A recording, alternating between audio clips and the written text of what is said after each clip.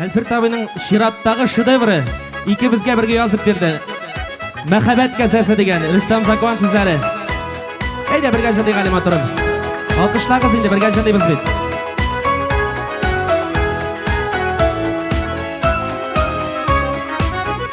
Yazmışqa yazılsa uzmuşlar yoktur ol. Muhabbat мәңгілік deyirlər haqdır ol. Sen mina min sina Xudaydan verilgan saqlayıb suyunu yat qizlar deyudan yat qizlar deyudan. Sen mina min sina Xudaydan verilgan saqlayıb suyunu yat qizlar deyudan yat qizlar deyudan. Suyunub yaşavşı köp tügel Nasip yarını tabu bir qayşanda sığ tügel. Sen mina min sina Xudaydan verilgan saqlayıb suyunu yat qizlar deyudan yat qizlar deyudan.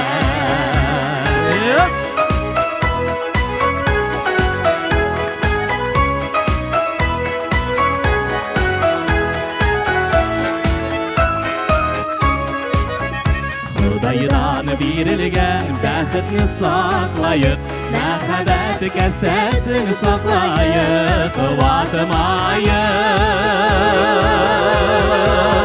Sen mina min sina Xudaydan verilgan saqlayib suyuni yat qizlar deyudan yat qizlar deyudan.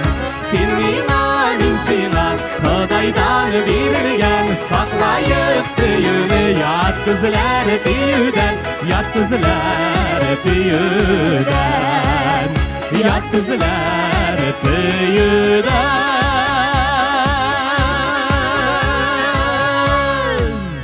Sen mina min sina Xudaydan verilgan saqlayıb suyuni yat qizlar deyudan yat qizlar deyudan.